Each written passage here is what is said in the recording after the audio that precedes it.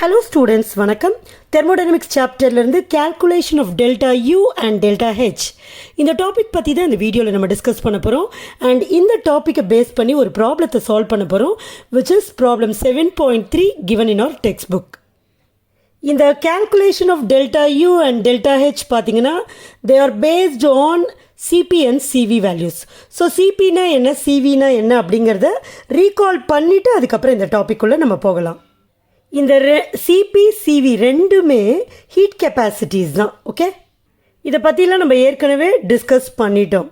So இந்த சினா heat capacity, V அதை டினோட் பண்ணுதுன்னா அட் கான்ஸ்டன்ட் வால்யூம், வேறஸ் இங்கே சிபின்னு சொல்கிறப்ப P denotes at constant pressure. Heat capacities அப்படின்னு சொல்கிறப்ப அங்கே மோலார் ஹீட் கெப்பாசிட்டி இருக்குது, ஸ்பெசிஃபிக் ஹீட் கெப்பாசிட்டி இருக்குது. இது ரெண்டுமே ரொம்ப ஈஸி தான், டைட்டில் வச்சா நம்ம புரிஞ்சுக்கலாம். மோலார் ஹீட் கெப்பாசிட்டி அப்படின்னு சொல்கிறப்ப we are dealing with 1 mole of the substance, mole, அதனால தான் molar heat capacity.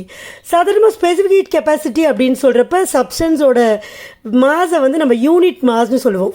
For example அதை 1 கிலோகிராமாக கூட நம்ம சொல்லலாம். ஸோ அப்போ வந்து 1 Kelvin or 1 degree C rise ஆகிறதுக்கு எவ்வளோ ஹீட் அப்சார்ப் ஆகுதோ அதுதான் சிபி ஆர் சிவி. அது கான்ஸ்டன்ட் வால்யூமில் இருக்கிறப்ப அது சிவின்னு சொல்லுவோம், கான்ஸ்டன்ட் ப்ரெஷரில் சிபின்னு சொல்லுவோம். ஸோ இப்போது what is CV, what is சிபின்னா, அப்போ சிவிக்கான எக்ஸ்பிரஷனை நம்ம எப்படி எழுதலாம்னா டோ யூ. எப்போவுமே இந்த சிவினா நம்ம இன்டர்னல் எனர்ஜி சேஞ்சை தான் நம்ம கன்சிடர் பண்ணணும். So do U by do T, rate of change of internal energy with respect to temperature at constant volume, அதுதான் சிவி.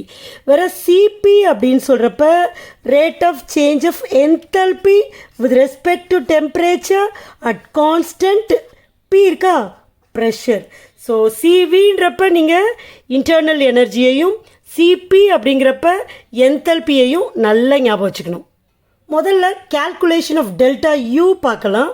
ஸோ டெல்டா யூன்னு சொல்கிறப்ப நம்ம சிவியை எடுத்துக்கிட்டு தான் அதை கண்டுபிடிக்க முடியும், அதுக்கான ஈக்குவேஷனை நம்ம கொண்டு வர முடியும்.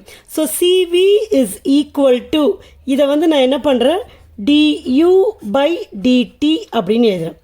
ஸோ டோனாலும் சரி டினாலும் சரி அது எதை டினோட் பண்ணுதுன்னா change in internal energy, change in temperature, இதை டினோட் பண்ணுது. சரியா? So for 1 mole of an ideal gas, இந்த ஈக்குவேஷன் எப்படி கொண்டு வரோம் பாருங்க, நமக்கு du தான் வேணும். So du is equal to, இந்த டிடியை இந்த சைடு எடுத்துகிட்டு போயிடுங்க, சிவி இன்ட்டு டிடி. இப்போ ஃபார் finite change, இதே ஈக்குவேஷன் ஃபார் finite change, ஜஸ்ட் அந்த டியை மட்டும் மாத்திரம் என்னாகும், delta U is equal to C V into delta D. Okay, இப்போ டெல்டா டீனா என்னது, சேஞ்ச் இன் டெம்பரேச்சர். ஸோ இந்த ஈக்குவேஷன் நம்ம எப்படி எழுதலாம், CV into delta T T2 minus T1. ஓகே, this is equal to delta U. இது 1 moleக்கான equation. For n moles of an ideal gas,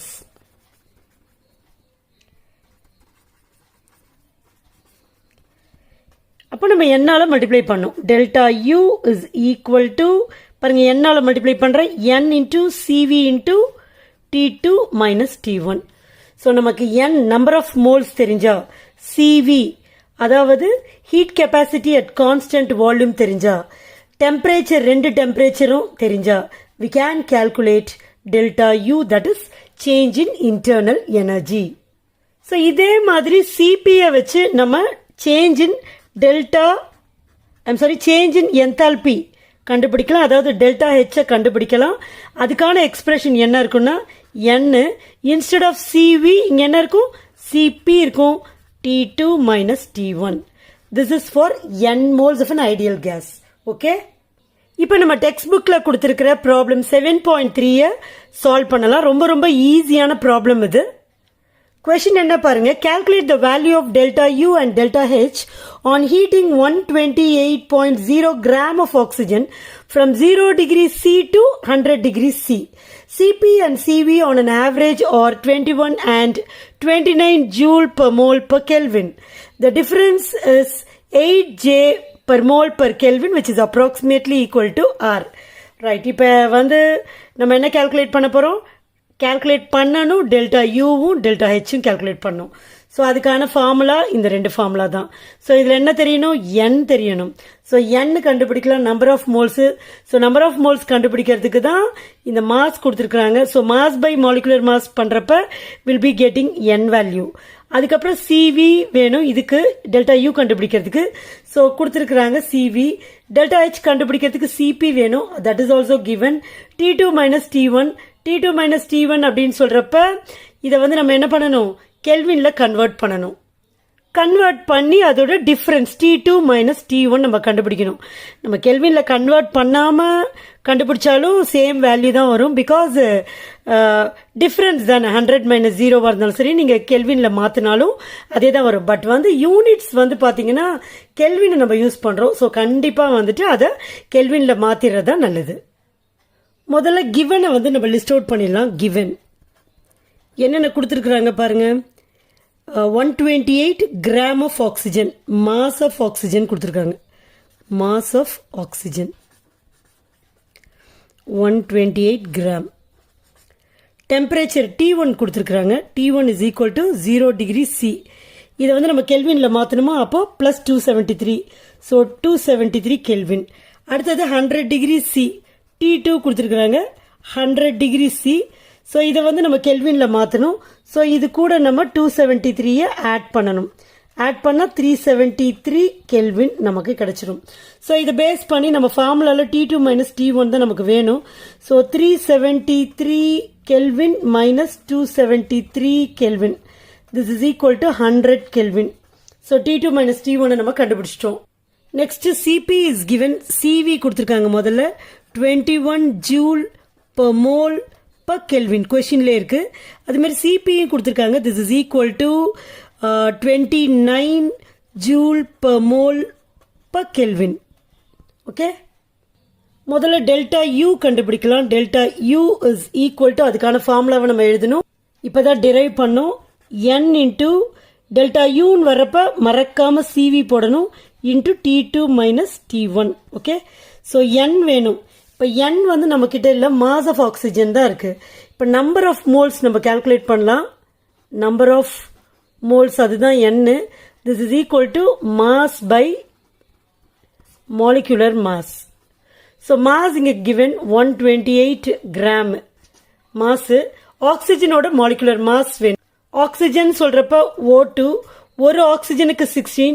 so 2 oxygen இருக்கு. 2 16s ஆர் 32. So by 32. இதை நீங்கள் கேன்சல் பண்ணி பாருங்க. 4 டைம்ஸ் வரும்.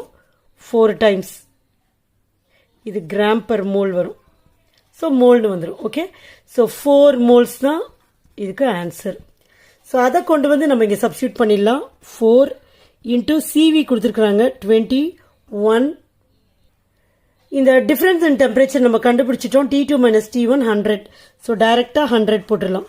So this is equal to 4 21s or 4 1s or 4 4 2s or 8 into 100 வரப்ப 8400 வரும். இப்போ இதுக்கு யூனிட் என்ன வரும் அப்படிங்கிறத செக் பண்ணிடலாம். n இருக்கு, இங்கே ரெஃபர் பண்ணுறேன். n-க்கு மோல்ஸ் இல்லையா, 4 மோல்ஸ். சிவி பாருங்க into joule per mole per kelvin. Okay, and T2 minus T1க்கு பார்த்தீங்கன்னா கெல்வின் இருக்கும் இன்ட்டு கெல்வின். ஸோ இந்த கெல்வினும் இது பவர் -1 இதுவும் கேன்சல் ஆகிடும்.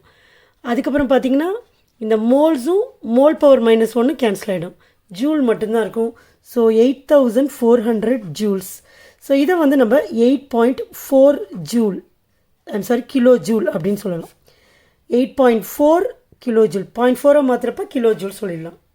அதே மாதிரி டெல்டா ஹெச் கால்குலேட் பண்ணலாம். Delta H is equal to n into delta ஹெச்ன்னு வர்றப்ப சிபி போடணும். T2 minus T1. Okay, n already கண்டுபிடிச்சாச்சு. 4 moles. CP into 29 joule per mole per kelvin into temperature, difference in temperature T2 minus T1 100 kelvin. பாருங்கள், kelvin power -1 mole minus 1 mole cancel ஆகிடும். So 4 into 29 into 100 joules இருக்கும்.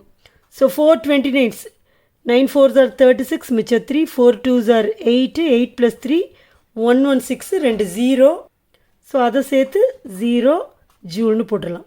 So இதை kilo ஜூலாக இங்கே convert பண்ண மாதிரி பண்ணலாம். So 3 digits முன்னாடி decimal வைங்க. 11.6 kilo joule. Okay, 11.6 kilo joule. So இதுதான் டெல்டா ஹெச் வேல்யூ.